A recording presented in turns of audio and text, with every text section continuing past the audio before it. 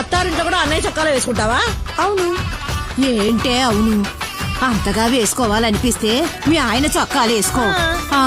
ఎంత ఆయన చొక్కాలైతే మాత్రం మా అన్నయ్య చొక్కాలు అవుతాయా ఏంటి? చూపులోన దీపావళి, నవ్వులోన రంగోళి, పండుగలు నీతో రావాలి, నా గుండెలోన వేడుక కావాలి.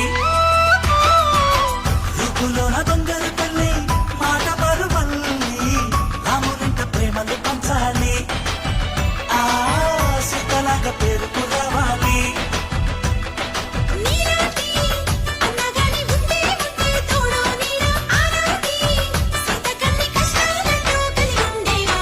వెళ్ళిపోని బంధం మీరమ్మా, చిట్టి చెల్లెమ్మ, వెళ్ళిపోని చిత్తం మీరమ్మా.